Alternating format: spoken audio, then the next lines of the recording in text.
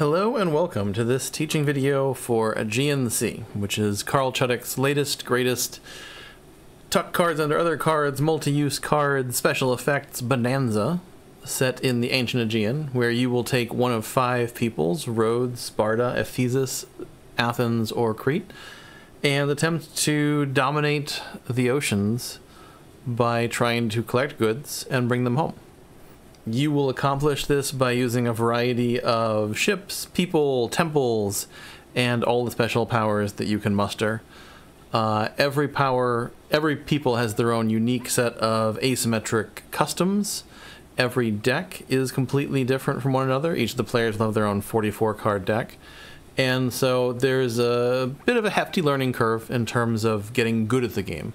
What I'm going to try and do here is teach you all both how to play the game, or if you're trying to teach this to other people at your game night or whatever, how you should go about teaching this to people.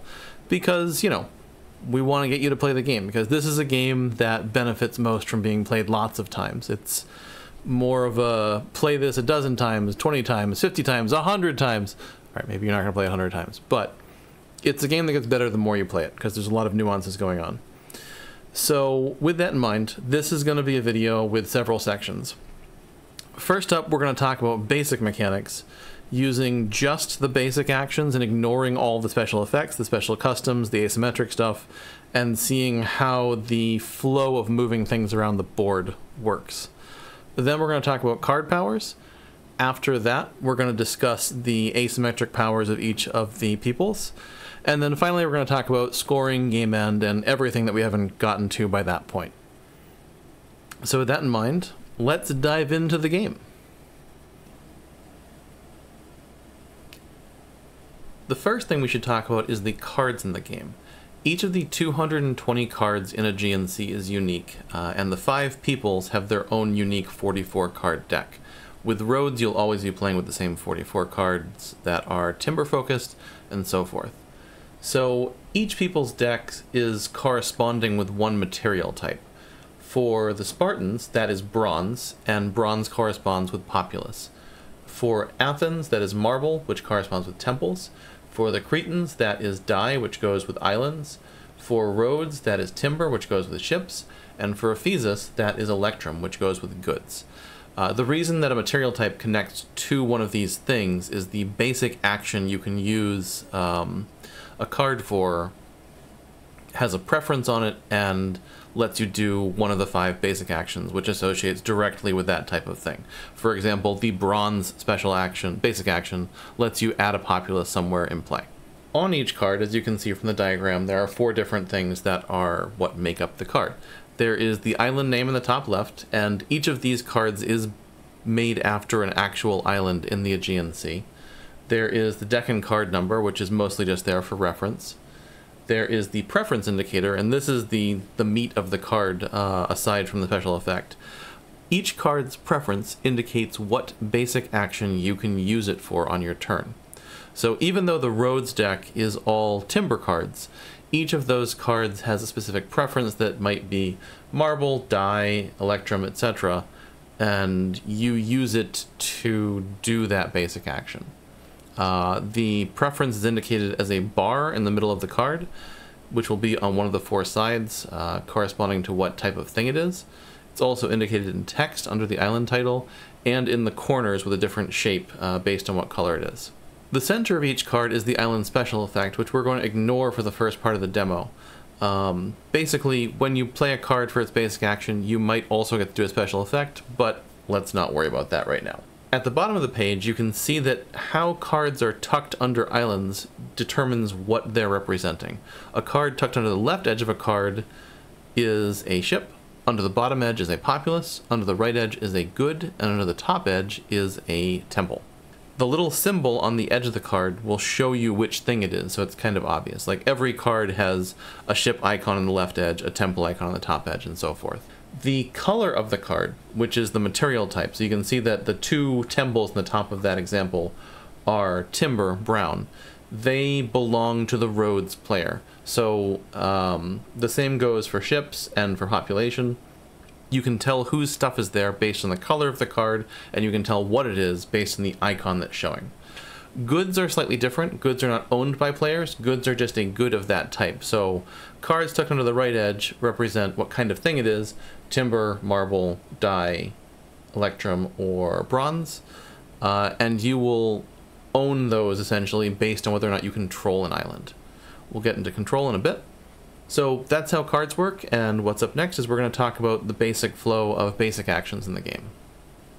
So we're going to run a little scripted several turn demo of how basic actions affect how you move things around the board, and also just talk about how the table is laid out.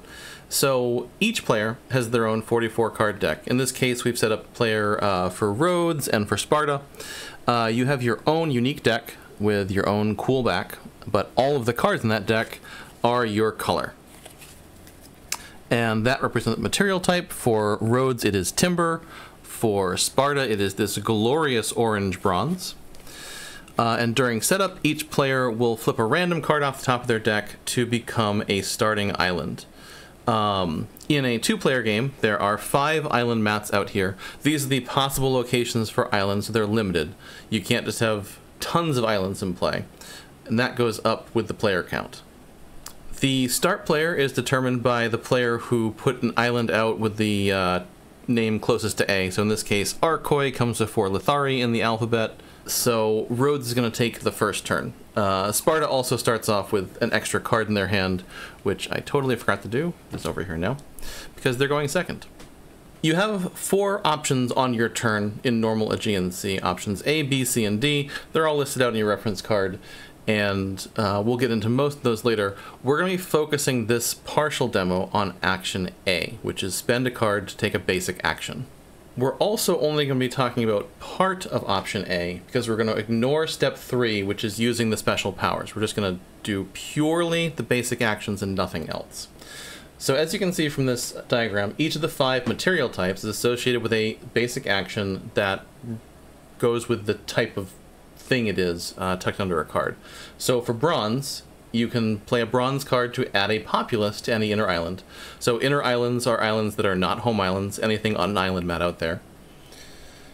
Marble is add a temple to any island, including a home island. Timber is add a ship to any inner island, or choose an island and sail all of your ships there. Electrum lets you create a good and then draw 2 cards. And dye lets you either activate an island you control or place a new island from your hand. So Rhodes is going to go first, and they're going to spend their turn playing a bronze preference card. So when you choose your card for the turn, you're just going to put it face up on your island mat, on your home island mat rather, to show that you're doing that action. So this is a bronze preference. So for bronze preference basic action, you add a populace at an inner island. To do that, you take a different card from your hand. This is not the card you spent for the basic action.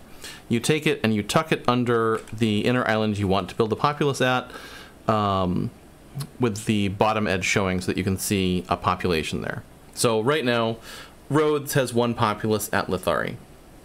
After that, we're just going to discard the card used for preference, and this is important because now Rhodes controls Lithari. Control of an island is determined by who has the most populace there, or if there's a tie, it's whoever's island color it is. Sparta, displeased that Rhodes has taken over their starting island, is also going to play a card with bronze preference for their basic action, and they are going to tuck a populace underneath Lithari also. So it's now tied 1-1, and Sparta controls the island because they have, it's their island color, their island material rather. Next up, Rhodes is going to do the Electrum basic action because they would like to create a good. Creating goods is the core scoring mechanic of the game. Your goal is to make goods at islands, or have your opponent make goods at islands, and then bring them home somehow by controlling islands and sailing ships. So when you create a good, the process is slightly different. You don't just tuck a card under the edge of the island, you instead discard a card, and you look at that card's preference. So Rhodes is discarding Candeluisa, and it has die preference. That card gets discarded, and then you take a card from that deck to represent the good that you're placing at an island. So even though Crete is not playing, their deck of cards is used for representing die goods in play. As a bonus, at the end of the Electrum action, you get to draw 2 cards.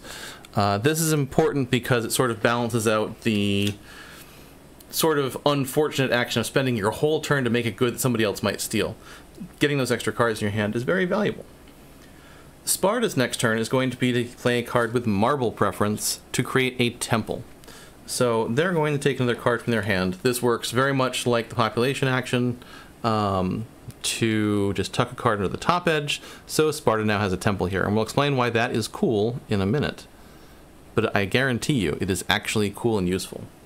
So it's over to Rhodes' turn again, and they don't like the cards in their hand. They're not the action types they want to take. So they're going to take a refresh action to fill their hand back up to 4 cards. You can only take a refresh action if you have less than 4 cards in your hand. It is turn option D, and is something you're going to be doing very often during the game because it's the only way you can draw cards aside from special effects on islands. So Rhodes draws 2 cards because they have 2 in their hand. When you refresh, after you're done refreshing, you do a conflict check. So you look at all the islands in play, including home islands, and see if you have populace where somebody else has populace. If at least one island satisfies this, you flip a card for conflict. You reveal the top card of your deck, and you look at the preference on it. In this case, this is a die preference card. You look at any island that has any purple card, and we're talking about the material, so this is a purple die card.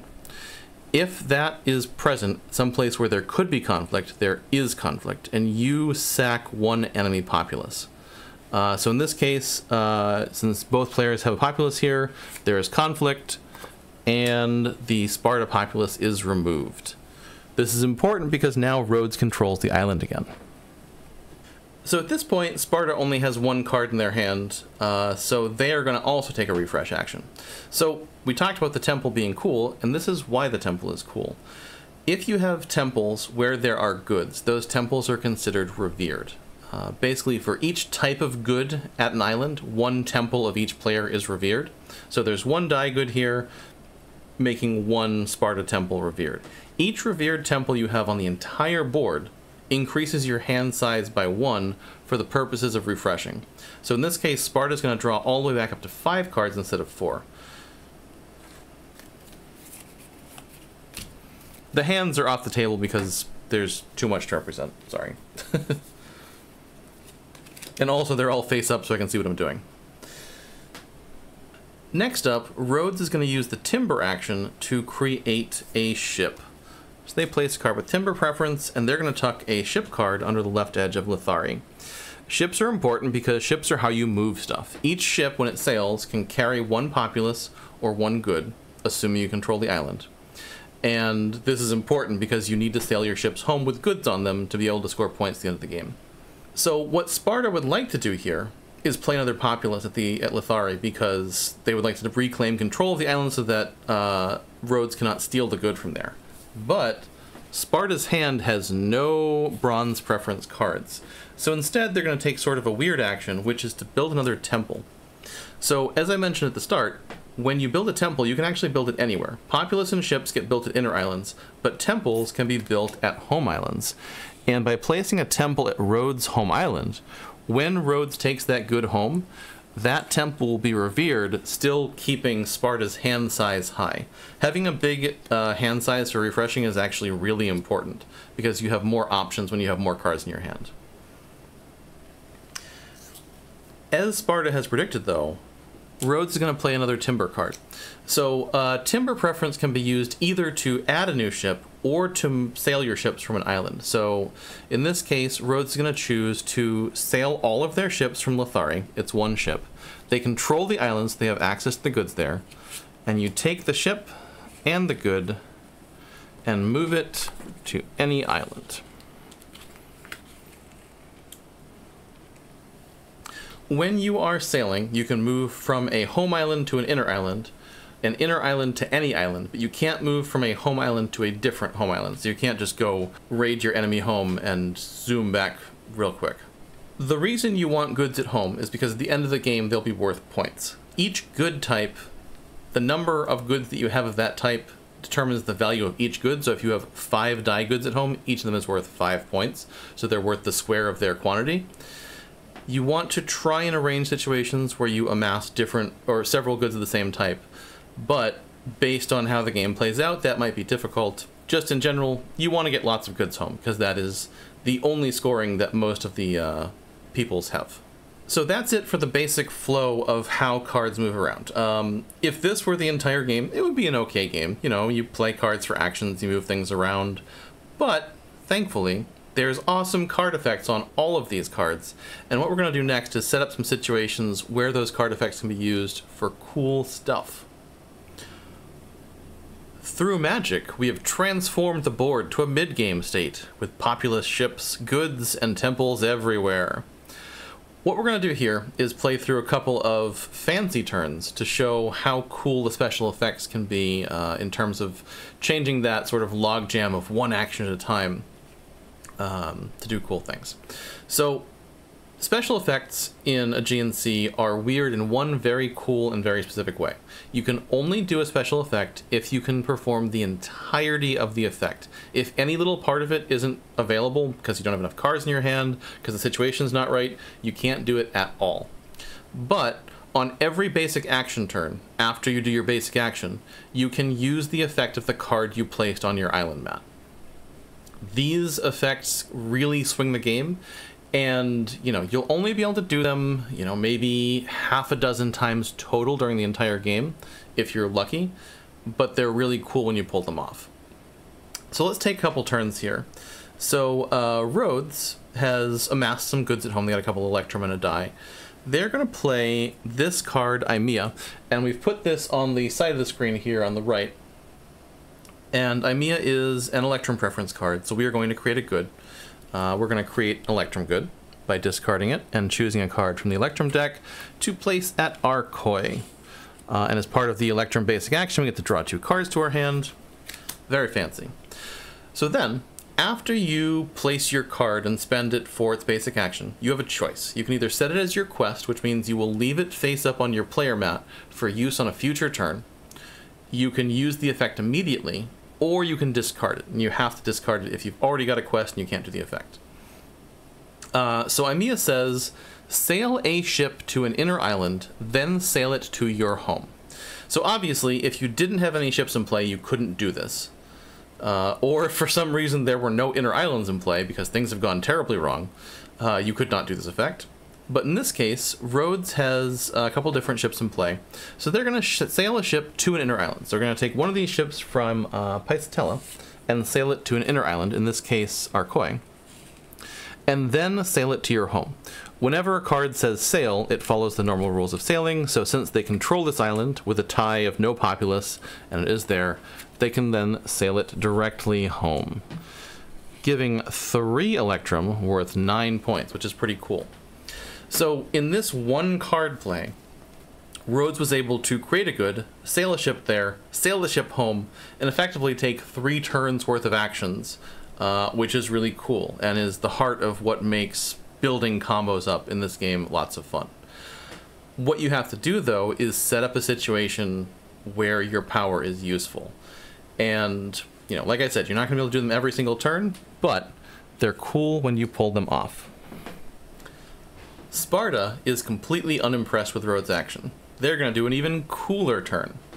So the basic action type we didn't talk about during the first section is the die basic action. So Sparta is going to play a die card, and what a die basic action allows you to do is either add an island from your hand to one of the vacant island mats in play, or activate an island that you control. So Sparta could choose to activate one of these cards here, or they can choose to place a completely new card, in this case, Aegean Sea. And as you can see, we've placed both of these cards in the diagram over to the right in the overlay, so you can read their cool effects. So after you place a card, an island, with the die action, you can immediately activate that island for its special effect. So Aegean says, draw a card for every island where you have 2 or more populace. In this case, Sparta has 1, 2, 3 islands with 2 or more populace, so they get to draw 3 cards as part of this action. That's really good. Anytime you can draw a bunch of extra cards to your hand, you're setting up your tempo to be better because you don't have to take a refresh turn between taking actions. In addition, they still get to take the special action on their basic card they chose during the turn. In this case, Revithusa says pay 2 of your populace at home to create a good there. So paying populace means discarding them. And creating a good still means discarding a card from your hand to choose what kind of good it is. So in this case, they get to make a marble good.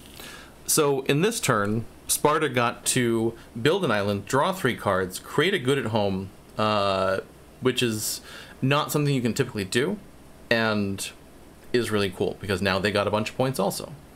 All of the special actions on cards are interestingly situational in different ways.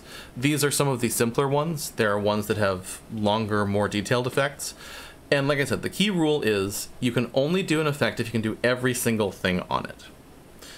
For example, if Sparta chose Plataea as their card for the turn, the special effect there says sack an enemy populace at every island where you have populace except your home.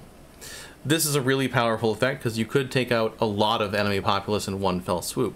But in this case, you look at every island where Sparta has populace, Lithari and Cytalia. There is no enemy populace here to be sacked, so this effect could not be used at all. Sometimes you have to wait for situations where your opponents kind of cooperate with you in order to get the effects off, but if you can pull them off, they're really cool. The next thing I want to talk about is the special customs that each of your 5 peoples have.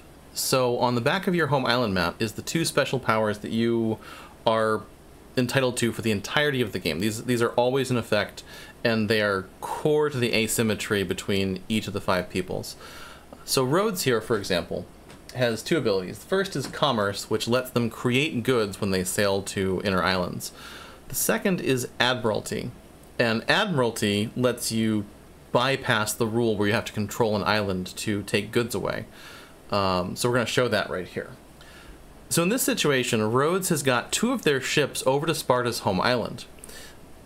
Sparta controls the island because they break the tie of nobody having any populace there, so normally Rhodes could not just sail away with goods. But because of Admiralty, they can take a timber basic action, and every 2 of their ships can sail away with a good no matter what.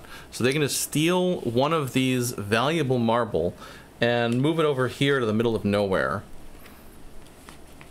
thus reducing Sparta's score by a lot. Sparta's 2 customs revolve around hand and turn tempo. Normally, if you end your turn with a single card in your hand, you're probably going to have to do a refresh turn next because that one card won't be able to fuel a basic action. But for Sparta, if you end your card with 1 turn in your hand, you can use it and use the top card of your deck as fuel for adding a populace, a ship, or a temple. And this is a free action at the end of your turn, so it's just awesome. In addition, after you do that, you'll get to use Admiration to see if you get to build a statue. And statues are worth points for Sparta at the end of the game. So let's go over how that works real quick. So in this situation, Sparta's just finished some basic action, and they have a single card left in their hand. They're going to place that down there, and they're going to ignore the special effect because this is just basic action. It's a bronze preference action, so you get to add a population somewhere. We're just going to add a population up here to Cytalia because we really want to beat up that ship.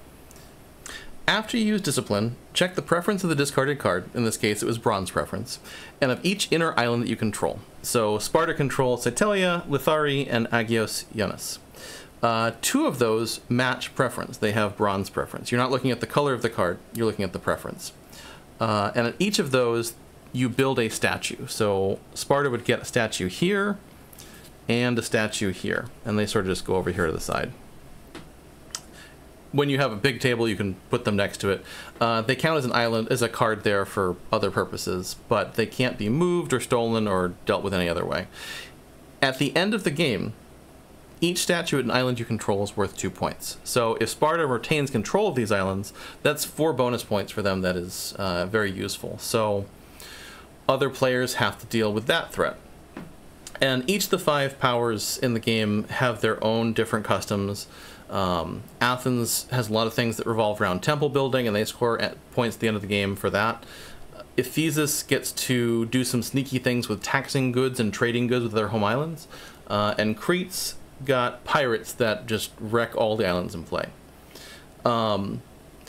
While it is fine to omit the customs for the first few turns of a teaching game, if you leave them out entirely, you will be missing a significant portion of the strategy, and I don't recommend it.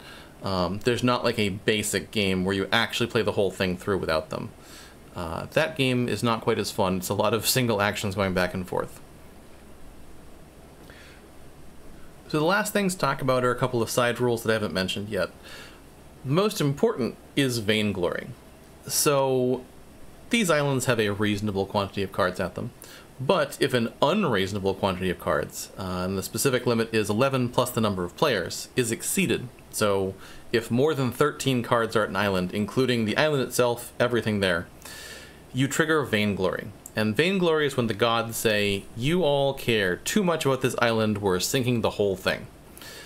At the end of an action or an effect, if there are more than 13 cards in an island, all of them get discarded and the whole thing is just gone. The island mat stays, so a new island can be placed there. And this is sort of a guard against somebody just absolutely stockpiling one island. You can use Vainglory offensively, like if somebody tries to do this, you could just send a bunch of stuff there. But it is a rule, it's there, it's important.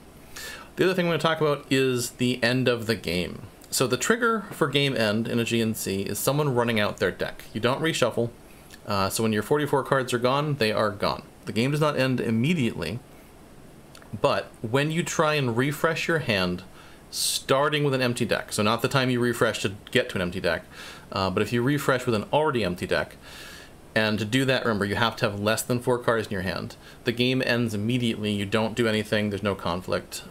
In fact, if your deck is empty and you try and do conflict, you don't flip a card and nobody gets hurt. But that triggers game end immediately, and then you count up your points based on goods at home islands, and if you're Sparta or Athens, your bonus points from customs, and that's it. That is the game. So in this case, Rhodes would have 3 different Electrum worth 3 each, and 1 die for a total of 10, and Sparta would have 2 each of die and marble, which are worth a total of 8, so Rhodes would win, because I sank all of Sparta's statues somehow by rearranging the table. When you are first playing, it is very common for 1 or more players to score 0 points. Aegean Sea is a challenging game to be good at and to get effective things done, especially with some of the weird customs that are out there. This is not a mark against you as a player, it's just that this game takes some mastery to get good at. In terms of teaching, it is probably helpful to state that up front. Expect low-scoring games. That being said, you can see games with scores in the 20s, 30s, or even more if some really wild things happen. Because, you know, if you have 7 or 8 goods of the same type at home somehow, that could be 49, 64 points. I think the highest score I've ever seen is in the 40s, but your mileage may vary. In the rulebook, there is a big list of all the different keywords that can be on effects, and I don't recommend when you're teaching that you go through all of them. You need to judge how your table is absorbing the basics. I recommend starting with the basic actions and possibly even playing, you know, a round or 2 with just those, and then easing in card effects and customs, like I did here with this teaching video. And if people really aren't getting it, you know, take that process slower. Just walk people through. I also very much do not recommend doing a teaching game with more than 3 players. 2 is honestly optimal, even if you have to administrate a 2-player game back and forth, and then restart with more after. With 5 players, all of the customs and all of the conflict get really wild really fast. It's a fun, chaotic, and honestly very strategic game, but 4 and 5 are for experts, in my opinion, more than new players. So I hope this has been a helpful video for everybody. If you've got any questions, always ask on the Board Game Geek forums or even in the comments of this video. And we hope you enjoy your voyages in the Aegean Sea.